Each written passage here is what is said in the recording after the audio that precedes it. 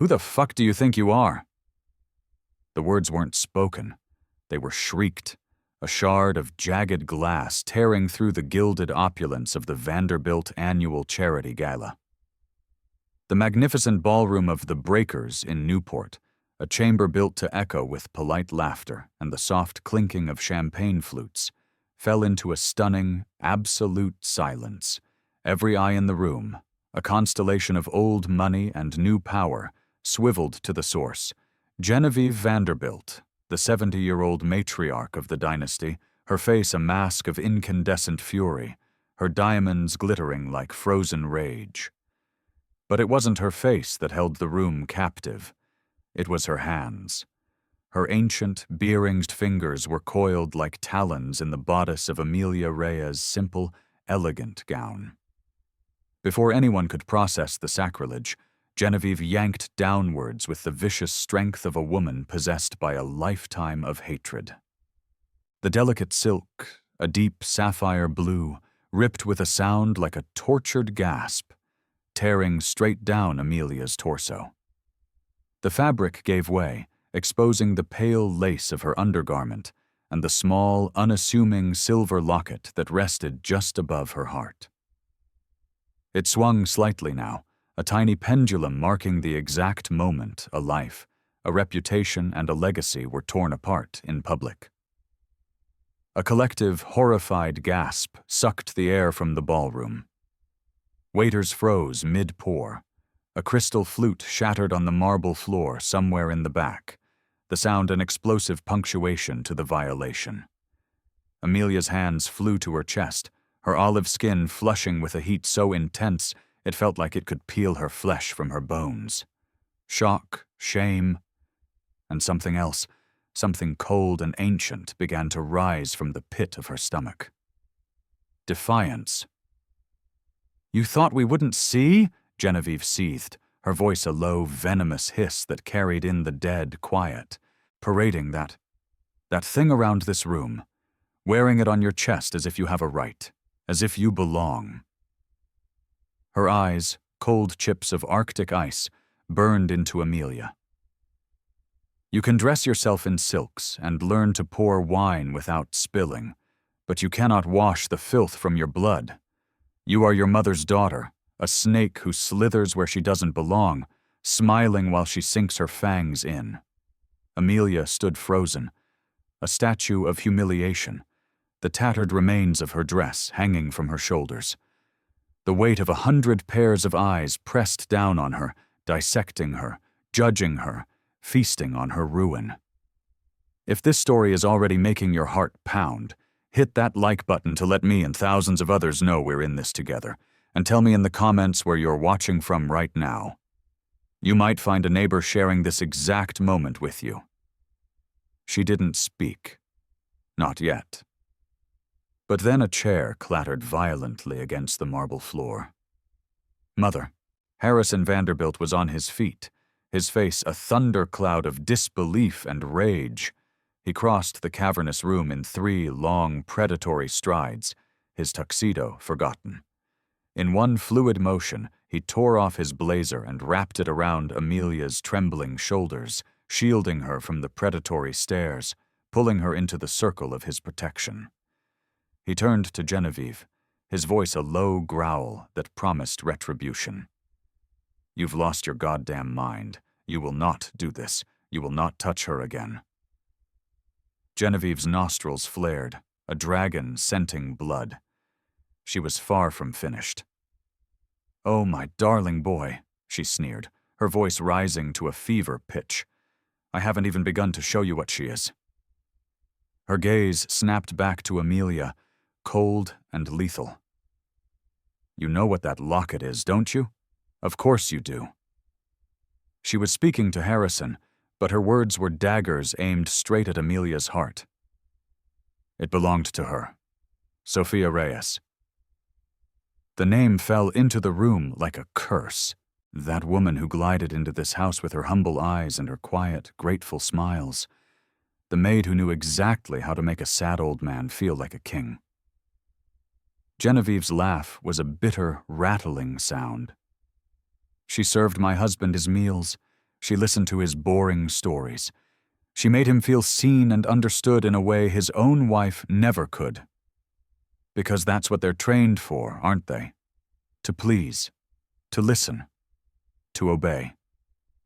She poisoned him from the inside out with her sweet, cloying sympathy, and I just know, she passed those same venomous little tricks down to you.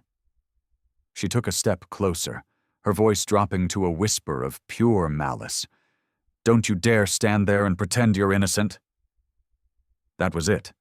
That was the moment the shame in Amelia's veins combusted, transforming into pure, unadulterated rage. She stepped forward, out from behind Harrison's protective stance, pulling his blazer tighter around her, as if it were armor. She stood straighter, her spine a column of steel, her head held high, the fury rising to meet Genevieve's hate. My mother never seduced anyone, she said, her voice impossibly clear and controlled in the suffocating silence. She was a dignified, honorable woman who was loyal to this family, even when it treated her with contempt. Her gaze swept the room, challenging every staring eye. She respected your husband, and he respected her. They were friends. Friends. Nothing more. But you couldn't stand that, could you? You couldn't stand the thought of him finding kindness outside of the gilded cage you built for him. Genevieve let out a short, incredulous laugh. She taught you to lie well then. Look at you, standing here now, about to reap the rewards of her groundwork. No. Amelia's voice cut through the tension like a scalpel. She taught me how to work for 17 hours a day and still have the strength to hold my head high. She taught me to carry dignity in silence, no matter who was trying to crush my spirit beneath their heel. You didn't hate her because she did anything wrong. You hated her because she had a grace you couldn't buy and a soul you couldn't break. You hated her because she reminded you of everything you were afraid you were not. Harrison turned to Amelia then, and the look in his eyes was no longer just about protection. It was something deeper, something permanent and unshakable. I love her, he said suddenly, his voice ringing with absolute conviction, silencing the fresh wave of whispers before they could even begin. He took her hand, lacing his fingers with hers in front of the entire Newport society. I have loved her for a very long time, and I am going to marry her. A beat of stunned, electric silence. Then chaos. The ballroom erupted in a cacophony of hushed, frantic whispers. Marry her? Did he say marry the maid? It was true then, the rumors were true. Disgraceful. A Vanderbilt marrying a servant's daughter? Does the board of Vanderbilt Enterprises know about this? Across the room, a stunning blonde woman in a column of ivory silk sat perfectly still, a champagne flute frozen halfway to her lips. Isabella Montague. Her fingers draped in heirloom pearls, dug into the satin of her evening bag, her knuckles turning bone white. She had always known, deep in her soul, that Harrison would choose her. It was preordained. They were born into the same world, breathed the same rarefied air. Their families were two pillars of the same ancient, unshakable institution. She had imagined being Mrs. Harrison Vanderbilt since she was a girl.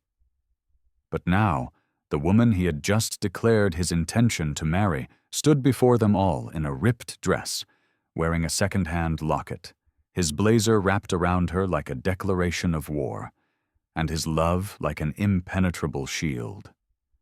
Isabella's perfect ruby lips tightened into a thin, bloodless line. Her gaze locked on Amelia, not with pity, not with shock, but with a cold, terrifying contempt. This isn't over, she thought, her mind already spinning, calculating, plotting. You will not take what is mine. The room buzzed, a hornet's nest of scandal and salacious gossip. Well, you can't deny she's a work of art, one man muttered to another, his eyes raking over Amelia's figure. Those curves don't exactly scream maid service, his companion snickered. Honestly, I can see the appeal. I probably would have fallen for it too. No wonder the old rumors were so persistent. I guess they weren't just rumors after all. Amelia heard every last syllable.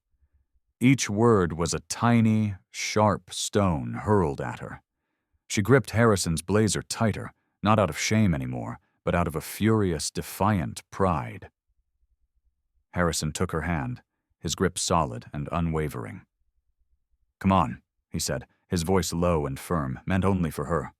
"We're done here." And together they walked.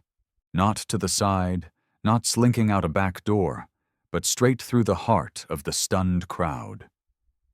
The sea of diamonds and silks parted before them as they walked towards the grand doors, leaving behind a maelstrom of gasps, whispers, and the opening salvos of a war that had just begun. Later that night, long after the last guest had departed, Genevieve Vanderbilt sat before the ornate three-panel mirror in her bedroom, gazing at her own reflection with hollow eyes. Sophia. Even after all these years, the name was a claw in her chest. Sophia Reyes had been everything Genevieve could not comprehend. Composed where Genevieve was tempestuous, gentle where she was brittle, seen where she was overlooked. Her husband, Edward, had trusted Sophia, confided in her, admired her, and Genevieve had watched it unfold like a slow, insidious rot, eating away at the foundations of her marriage. She had made Sophia's life a living hell, humiliated her at every turn, piled work upon her until she nearly collapsed from exhaustion. When Sophia had finally fallen ill, a quiet, wasting sickness that stole her breath and her strength, Genevieve had simply stood aside. She had done nothing. Now, Sophia's daughter stood taller, stronger, and more defiant than her mother had ever dared to be. Genevieve reached for the silver bell on her nightstand, its chime sharp and demanding in the silent mansion. Her personal maid, Agnes, entered moments later, her face carefully neutral. "I want her gone," Genevieve said, her voice flat and cold. Agnes's expression flickered. "Madam, you cannot force her out. Not after what Mr. Harrison said. The scandal—" "I know," Genevieve whispered, her voice a thread of ice. "That's why I need you." She reached into her drawer and produced a thick, heavy envelope, sliding it across the polished surface of her vanity. "Convince her. Talk sense into her. Tell her this place is poison. Tell her she's dragging him down. Tell her his love will turn to resentment. Get her to leave. Quietly." Agnes frowned, but her fingers closed around the envelope. She nodded slowly. The next morning, Agnes found Amelia by the edge of the sprawling gardens, looking out over the misty expanse of the Atlantic. "You were very brave last night," Agnes said softly. Amelia didn't turn. "Bravery isn't a choice when you have no other options." "Sometimes," Agnes said, her voice heavy with the wisdom of a long, hard life, "the bravest choice is knowing when a battle isn't worth the blood it will cost." "You think I should leave," Amelia stated, her voice devoid of emotion. "I think you deserve peace, child. And there is no peace for you in this house." Amelia finally turned to face her, and the fire in her eyes made the older woman take an involuntary step back. My mother left in silence. She endured every cruelty, every humiliation, and she carried her pain with her to the grave without ever speaking a word of it. They buried her in shame. I will not follow her, not this time. Agnes studied her for a long moment, then a sad, resigned smile touched her lips. "Then fight," she said softly. "But fight wisely. You're no longer just fighting for a place at the table. After last night, you're fighting for the throne." Elsewhere in the great house, in a sun-drenched guest suite, Isabella Montague stood by a Palladian window, her arms crossed tightly over her chest. She reached for her phone, dialing a number she hadn't used in years, but had never forgotten. It was answered on the second ring. "Mrs. Vanderbilt," Isabella said, her voice as cold and smooth as the pearls around her neck. If you are ready to do whatever it takes to protect your son from making a ruinous mistake, so am I. The pact was sealed. The real war was about to begin. The Vanderbilt estate was unusually quiet the morning after the gala, as though the very walls were nursing a hangover of shame and scandal. The grand chandeliers still bore the faintest scent of expensive perfume and aged scotch, but the air was heavy, stained by the echoes of whispers that would linger for generations. Servants moved through the corridors with the cautious grace of ghosts, their eyes cast downward, never daring to mention what they had witnessed. Silence, as always, was no shield. It was merely the incubator where scandal grew into legend. Amelia sat by the window in her small room in the servants' quarters. The quarters weren't squalid, but they were a world away from the gilded cages the family inhabited. Harrison's blazer was still draped over the back of her chair, its fine wool and faint scent of sandalwood a tangible reminder of the stand he had taken. She had folded her ravaged gown neatly into a bag, but the memory of the silk tearing, the sound of it, the feeling of the cold air on her skin in front of hundreds of judging eyes, that replayed with excruciating clarity. Her mother's locket glimmered faintly against her chest as it caught a stray ray of morning light. She touched it, her fingers lingering on the cool, smooth metal. It felt heavier now. It was no longer just a keepsake.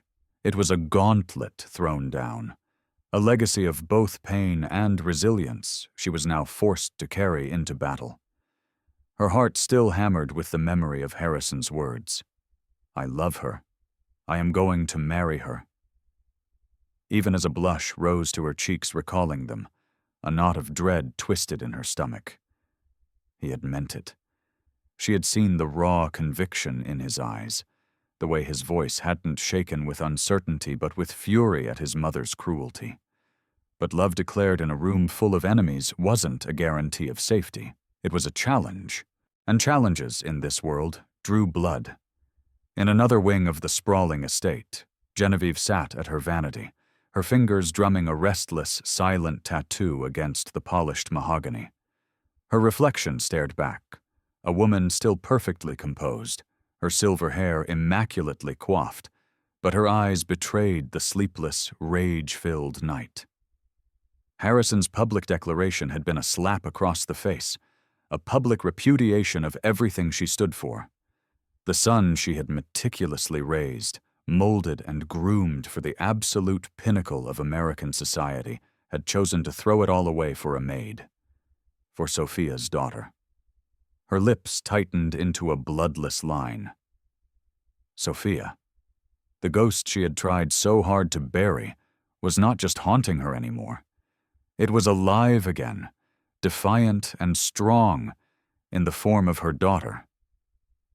Genevieve reached for a silk scarf, tying it deliberately around her neck, as though she could choke the tremor in her own throat. She would not allow history to repeat itself. This time, she would destroy the daughter where she had failed to fully obliterate the mother. A soft knock interrupted her thoughts. Agnes stepped in quietly, carrying a silver tray with a porcelain teapot and a single cup. Her eyes were cautious, her movements carefully calibrated to be unobtrusive. "Leave it on the table," Genevieve said coolly, not turning from her mirror. Agnes obeyed but lingered for a moment. Genevieve met her gaze in the reflection. "Did you speak to her?" "Yes, madam," Agnes replied softly. "I told her she'd be better off leaving this house and its memories behind." "And?" "She refused. She said she will not run like her mother did." Genevieve's knuckles whitened against the edge of the vanity. A slow, cold smile touched her lips.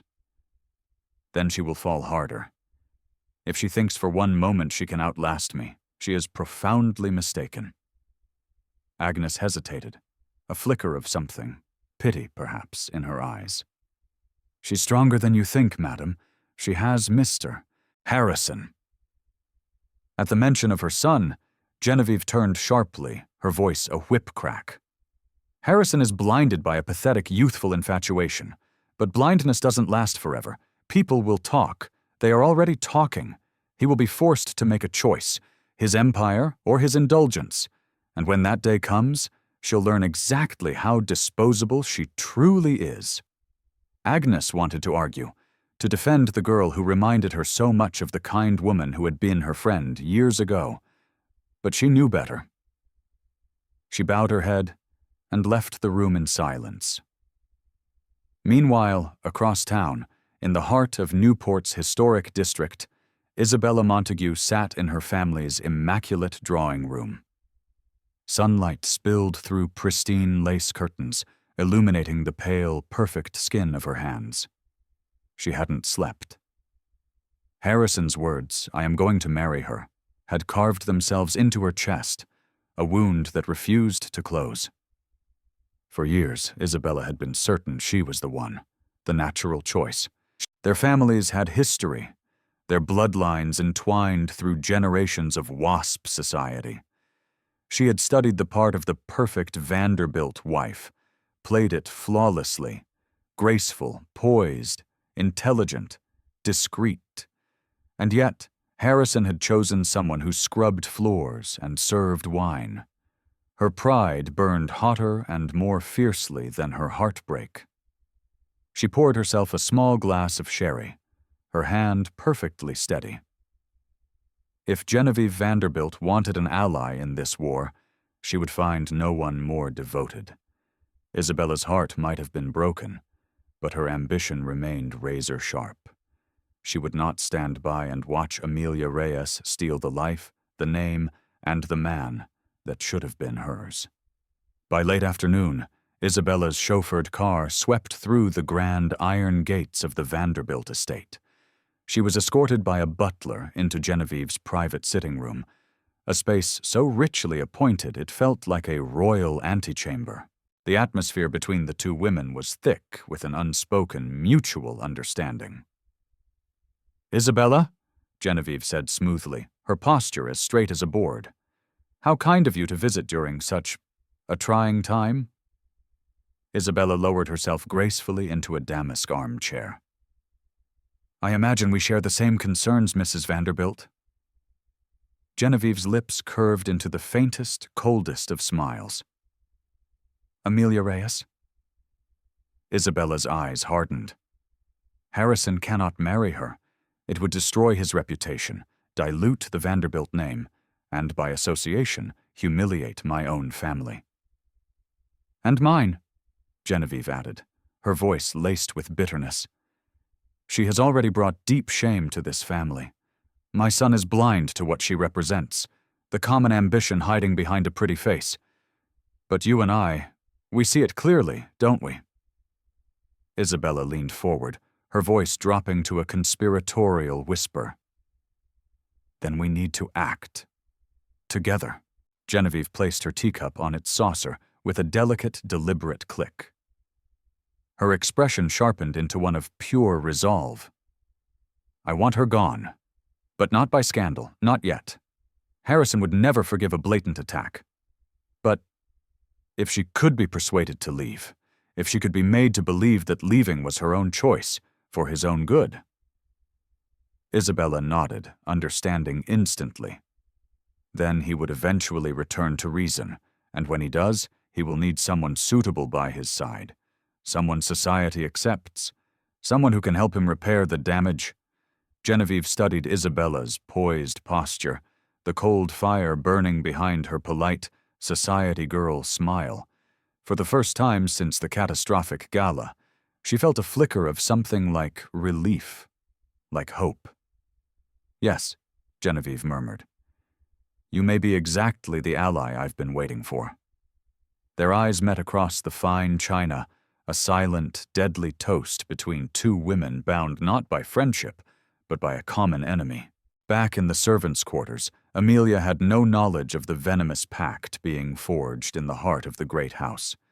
She was holding a new, simple dress Agnes had given her, running her hands over the plain, sturdy fabric, steadying her own heart. "They think I'll run," she whispered to the empty room, to the memory of her mother. "But I won't. Not this time." And while she whispered vows of resilience to a ghost, upstairs, Genevieve and Isabella whispered plans of their own, plans that would make the gilded walls of the Vanderbilt estate tremble and would test the bonds of love, loyalty, and truth until one of them finally shattered. The days that followed were a masterclass in psychological warfare, a campaign of 1,000 tiny cuts. The overt hostility of the gala was replaced by something far more insidious, a quiet, suffocating campaign of whispers.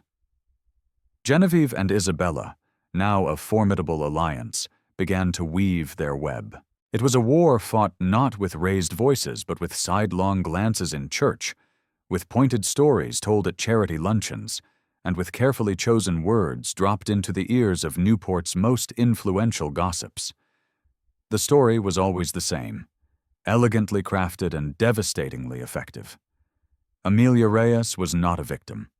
She was a brilliant, ambitious social climber, the daughter of a woman who had tried the same trick a generation before. She had ensnared the young, passionate Vanderbilt heir, and now the poor boy was too blinded by infatuation to see he was being played. Amelia felt the shift immediately. When she walked through the halls, servants who once offered a friendly nod now studied their shoes. The local grocer, who had always had a smile for her, suddenly became intensely interested in polishing an apple when she approached his stand. The whispers were invisible, but they had weight. They pressed down on her, trying to suffocate her. Each time doubt crept in, she would touch the cool metal of her mother's locket, a silent ritual to anchor herself in her own truth. Harrison, meanwhile, was fighting a war on a different front. In the sterile, glass-and-steel boardroom of Vanderbilt Enterprises in Providence, the whispers of Newport had found their way into the ears of his board members.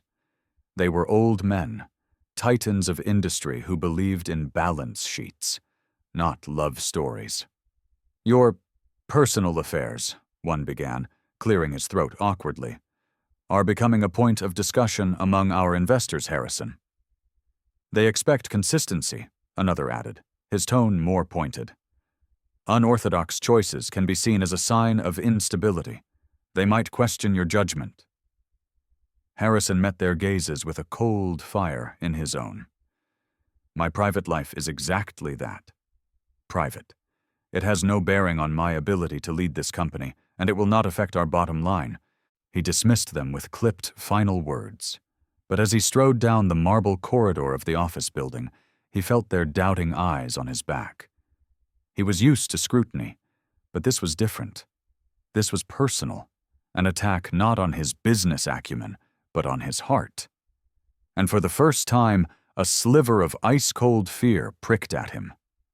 Could their love truly withstand the crushing weight of so many powerful, disapproving eyes? Back at the estate, Isabella made another of her now frequent visits. Genevieve received her in the drawing room, and they resumed their positions like two generals planning a siege. "He is defending her fiercely in public," Isabella reported, her voice low. "He dismisses any direct criticism, but I saw him last night at the club. When someone made a subtle joke about marrying for ambition, his jaw tightened. The words are getting through. He's not immune." "Good," Genevieve murmured, a predatory gleam in her eyes. "Plant a seed of doubt often enough, and it will eventually find fertile ground. A man like Harrison can fight the world, but he cannot fight a battle inside his own head." Isabella leaned forward, her strategy laid bare. "Then we must give him a reason to believe she's not as innocent as she seems. Men, even smart ones, often see what they're shown. If he sees her in the wrong light, just once, presented with a picture of her ambition, it could be enough to create a crack in his certainty." "And you think you can orchestrate such a picture?" Isabella's smile was a thin, dangerous blade. "With your cooperation, Mrs. Vanderbilt, I believe I can." Unbeknownst to them, Agnes was dusting a nearby credenza, her movements slow and deliberate, her ears straining to catch every venomous word. Her heart tightened in her chest. They didn't intend to confront Amelia directly. That was too crude.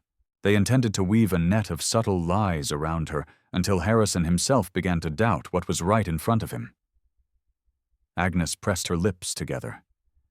She would warn Amelia, but she also knew the girl could not afford a single misstep, not a single faltering word. That afternoon, she found Amelia folding laundry in the cavernous utility hall. Agnes lowered her voice, the words urgent. "They are setting traps for you, child.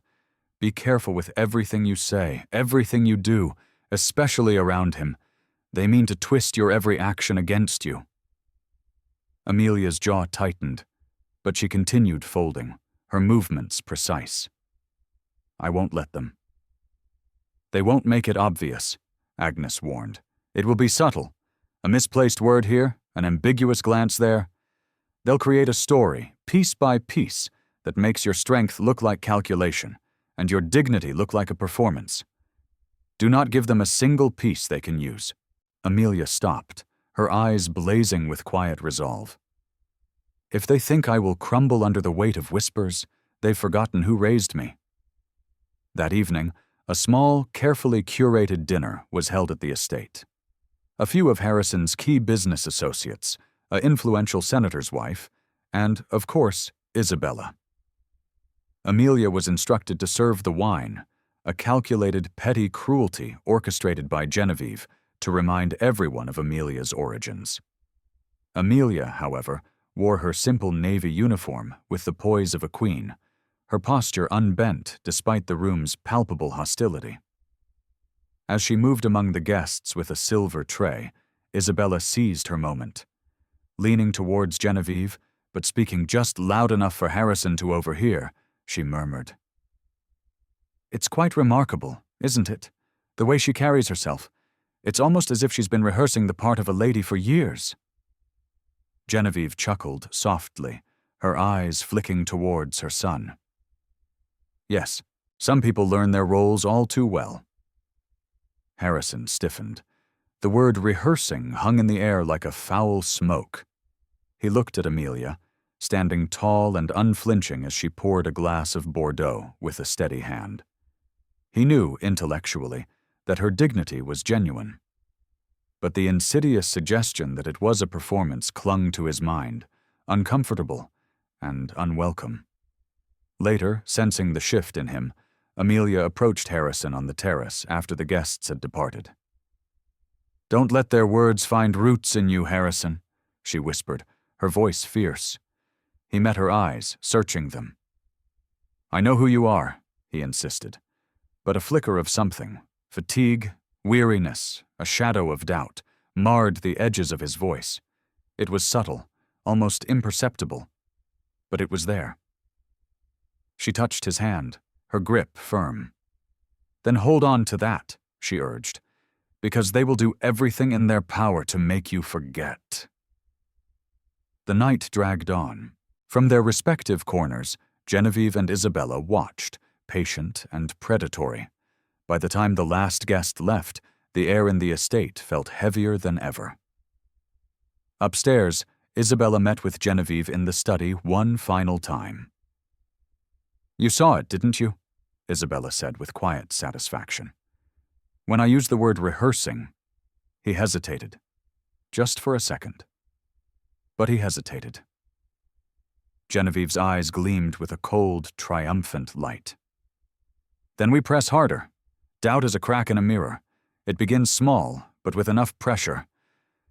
She let the sentence hang, her smile sharp and cruel. "The entire mirror will shatter." Alone in her small room, Amelia sat on her bed, tracing the outline of the silver locket with her thumb. She whispered into the silence, as if her mother could hear her through time and space. "They're trying to turn him against me, Mama. They're whispering poison into his ear. But I won't let them. I won't let you down. And in that vow, she felt her resolve harden into something unbreakable. The war of whispers was tightening its grip around her, but she would not bow. She would stand as her mother had taught her, tall, dignified, and silent, even if the weight of the entire world and all its venom was pressing down upon her shoulders. In the gilded rooms where power schemed, Genevieve and Isabella continued to weave their tapestry of lies. The storm was coming closer now, and soon, even Harrison, blinded by love, would be forced to question what was truth and what was a perfectly crafted illusion. But Amelia knew one thing with a certainty that burned in her soul. She would not be erased. Not this time. Not again. If you've ever felt like the world was whispering against you, give this video a like so others know they aren't fighting alone. It costs you nothing, but it means everything. The war against Amelia escalated with the calculated precision of a military campaign. The next phase was orchestrated by Isabella, a masterpiece of subtle cruelty designed not just to cast doubt, but to publicly humiliate. It came in the form of an invitation to the annual Redwood Library Benefactors Ball, Newport's most prestigious and stuffy cultural event. "I want you to come with me," Harrison said to Amelia one evening, his voice strained. He'd been distant since the dinner party, lost in thought, the poison of the word rehearsed still lingering. "Are you sure?" Amelia asked, her heart a tangled knot of hope and dread. "Harrison, it will be another spectacle." "If I don't take you, they'll say I'm ashamed of you," he reasoned, more to himself than to her. "If I do, they'll tear you apart. Either way, they win. But I would rather face their fire with you by my side than leave you to face it alone." His words were noble, but she saw the fatigue in his eyes, the slight tremor in his hand as he adjusted his tie. He was holding on, but the strain was beginning to show. "Then I'll stand with you," she whispered, praying her strength could somehow bolster his. For the ball, Isabella devised a new, more insidious trap. 2 days before the event, she arrived at the estate bearing a large, exquisitely wrapped box from a high-end Boston boutique. She requested to see Amelia privately, under the guise of offering an olive branch. "Amelia," she said, her voice dripping with synthetic sweetness. "I know things have been difficult. Society can be so unforgiving." She extended the box. "I want Harrison to be happy. If you're going to be on his arm at the Redwood Ball, you must look the part. This is for you." Amelia's eyes narrowed. "Why would you do this for me?" Isabella's smile was a work of art, a perfect mask of sincerity. "Because it's what's best for Harrison. His companion looking elegant reflects well on him. Consider it a gesture of goodwill." The trap was sprung. To refuse the gift would make Amelia look ungrateful and proud. To accept it was to willingly walk into whatever game Isabella was playing. Reluctantly, she accepted. Inside the box lay a gown of emerald green silk, a breathtaking creation. But the cut was daring, the neckline plunging, the back cut scandalously low. It was a dress designed to be worn by a seasoned society siren, not a woman already under scrutiny for her supposed ambition. It was a poisoned gift. Wearing it as it was would confirm every whisper that she was a shameless seductress. Agnes saw it instantly. "It's a trap, child," she said, her voice grim as she studied the dress. "They want you to wear this so they can call you a harlot." Amelia looked at her reflection, then back at the gown. "If I don't wear it, they'll say I was too proud to accept help. If I do, they win." A flicker of an idea ignited in her eyes. "Agnes, do you still have my mother's old sewing kit? The one with the lace scraps from her time in Spain?" Amelia nodded, a slow, determined smile spreading across her face. "Then let's turn their poison into my armor." The night of the Redwood Ball, the library glittered, its hallowed halls filled with the scent of old leather and new money. When Harrison entered with Amelia on his arm, the room went still. She was wearing the emerald gown, but it had been transformed. With Agnes's skillful fingers, they had used delicate antique ivory lace, a keepsake of her mother's, to create a modest, elegant new neckline and to fill in the dress's daringly low back. What was intended to be provocative was now breathtakingly regal, a fusion of modern style and old-world grace. Isabella, who was waiting near the entrance in a gown of sapphire, felt a jolt of fury. The trap had not only been avoided, it had been disarmed and turned against her. She glided over, her smile fixed, but her eyes cold. "Amelia, darling, the dress. You look different than I imagined. I'm so glad you felt comfortable making it your own." The compliment was a dagger, intended to highlight that Amelia had altered a generous gift. Amelia met her gaze without flinching. "Thank you, Isabella. Agnes helped me. She has a wonderful instinct for what constitutes true dignity. I find I trust her judgment implicitly." The barb hit its mark. To praise a maid's taste over that of a Montague was a subtle but profound insult. Isabella's smile faltered for a fraction of a second before she recovered, murmuring something about how quaint before drifting away. But the night was far from over. Phase 2 of the trap was already in motion. Isabella had enlisted the help of a young, ambitious photographer she knew, bribing him to capture a very specific kind of image. As the evening progressed, Isabella cornered Harrison, engaging him in a seemingly intense conversation about a business matter, pulling him just out of Amelia's earshot. At the same moment, a handsome, charming man, a distant cousin of the Montagues named Julian Croft, also in on the scheme, approached Amelia. "Miss Reyes," he began, his smile dazzling, "I just wanted to say how much I admire your composure. It takes a rare strength to withstand this much scrutiny." "Thank you," Amelia said, polite but distant, her eyes trying to find Harrison in the crowd. "These people," Julian continued, gesturing vaguely at the room, "they live in a world of glass houses. They don't understand real passion, real ambition." He leaned in closer, his voice a conspiratorial murmur. "A woman like you shouldn't be a scandal. You should be celebrated." From across the room, at just the right angle, the photographer's lens flashed. The resulting image was a masterpiece of deception. Harrison, seemingly engrossed with his old flame, Isabella, looking serious and intimate, and Amelia, just a few feet away, with a handsome young man leaning in close, a smile on his face, her head tilted just so. It looked for all the world like two separate, clandestine flirtations happening at once.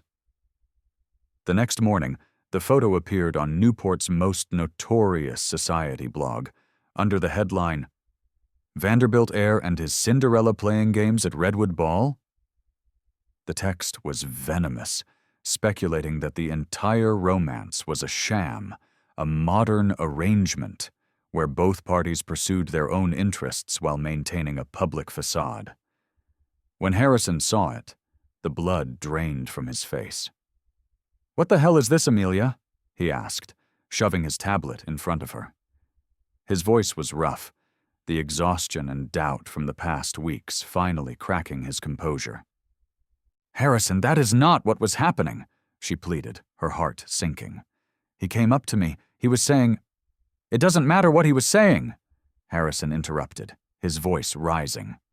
"It matters what it looks like. Another incident, another scandal, another perfectly framed misunderstanding. Every time I defend you, something new appears to make me look like a fool." "This is what they do," she cried, desperation creeping into her voice. "They are staging this, Harrison. Can't you see it?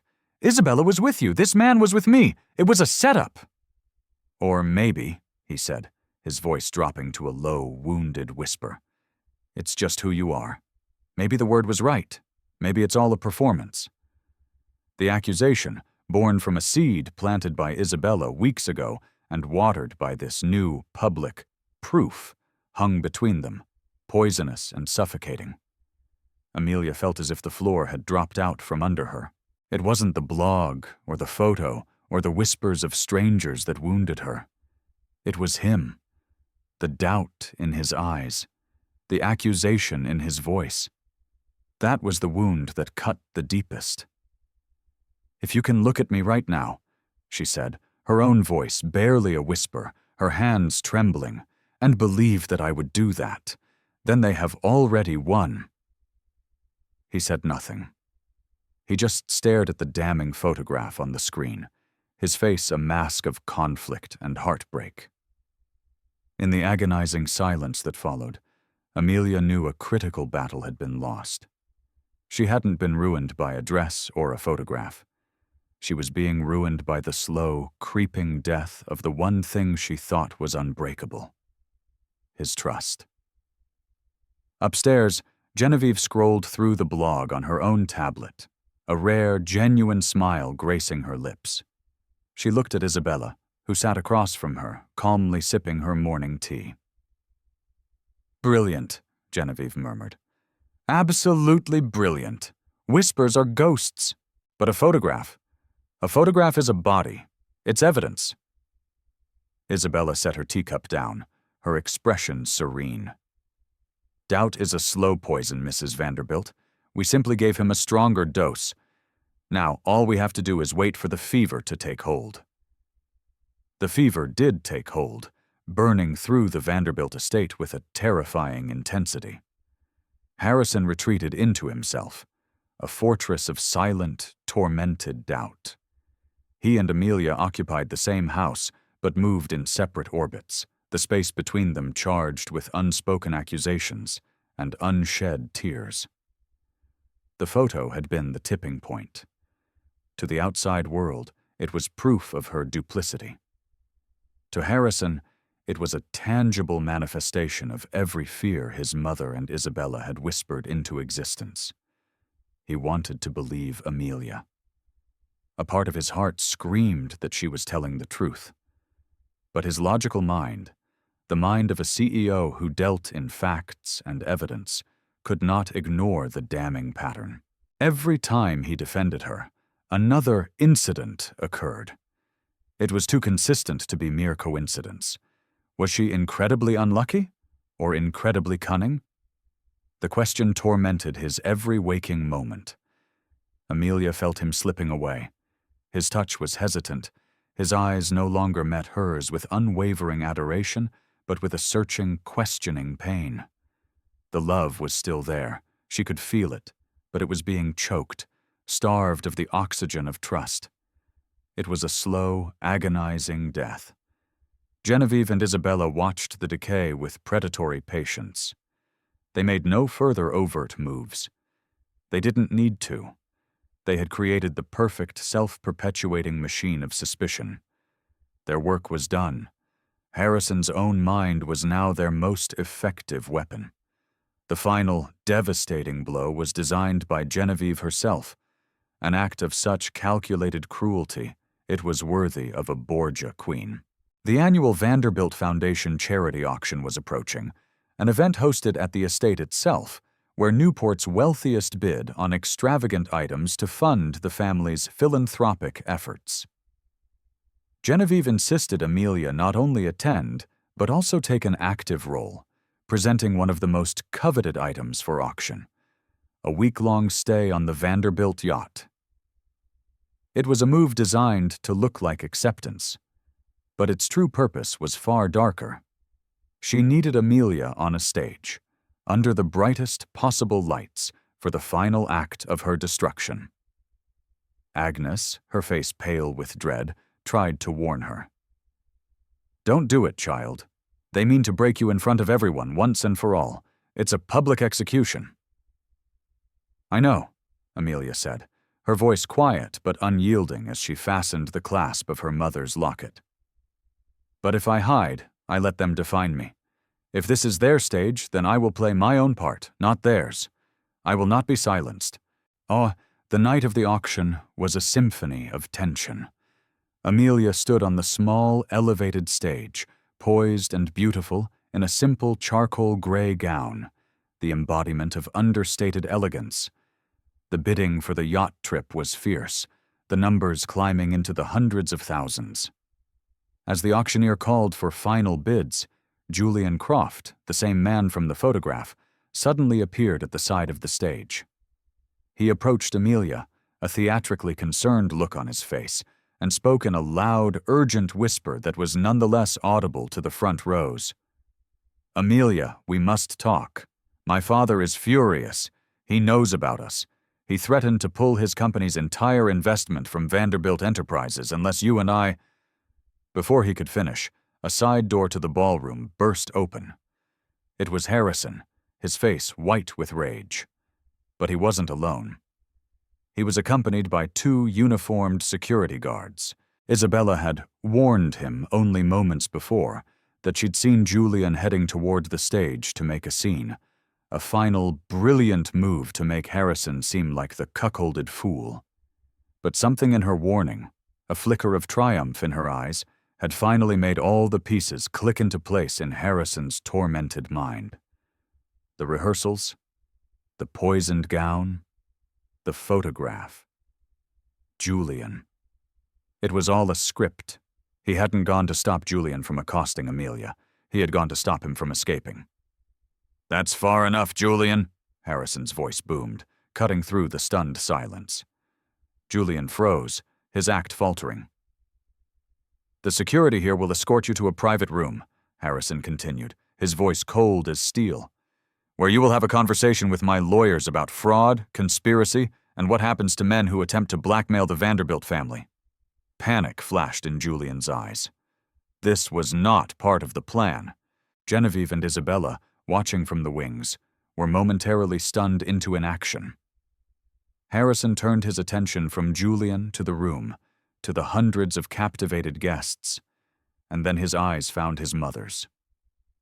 "For weeks, this woman," he said, his gaze locking on to Amelia, who stood on the stage, her heart hammering in her chest, "has been the victim of a vicious, systematic campaign of lies, all designed to ruin her reputation and to drive a wedge between us. A campaign orchestrated by my own family." A gasp rippled through the audience. Genevieve took a step forward, her face a mask of outrage. "Harrison, you are hysterical!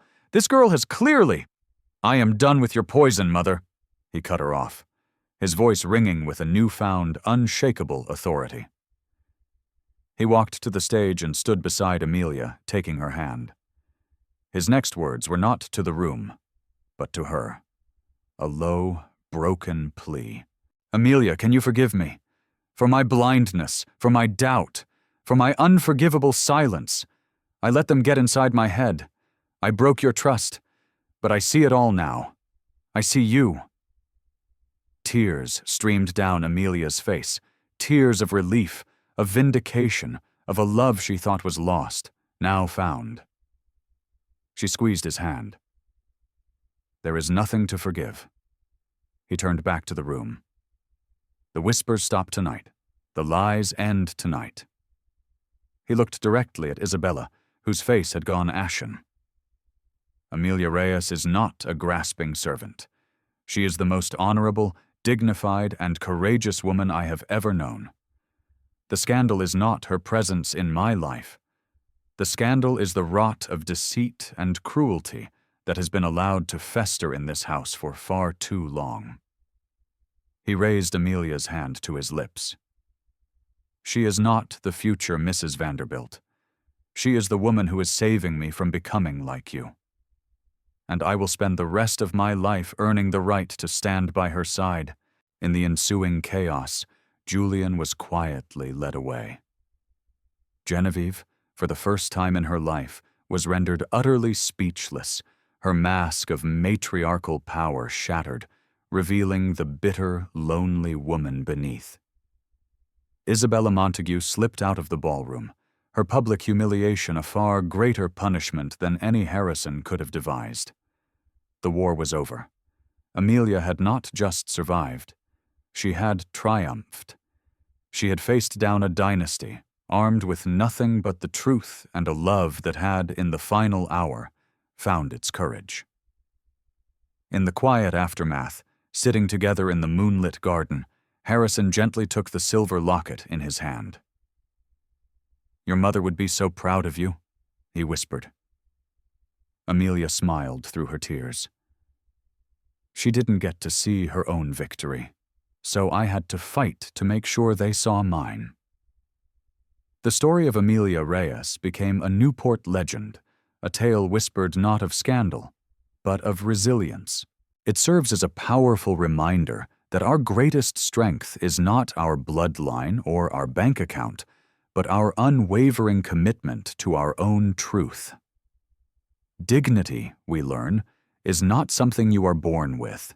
It is something you earn every day by choosing courage over silence and integrity over acceptance. Amelia's journey teaches us a vital lesson. You cannot control the lies others will tell about you, but you can control whether you allow those lies to become your reality. Her legacy was not about marrying a Vanderbilt. It was about forcing the world to see her for who she was, not who they wanted her to be. If her story of fighting back and winning has inspired you, please do me a favor. Share this video with one person you know who needs to hear that their truth is worth fighting for. And don't forget to subscribe and turn on notifications so you never miss a story of strength, resilience, and the ultimate triumph of the human spirit. Until next time, stand tall and never ever let them silence you.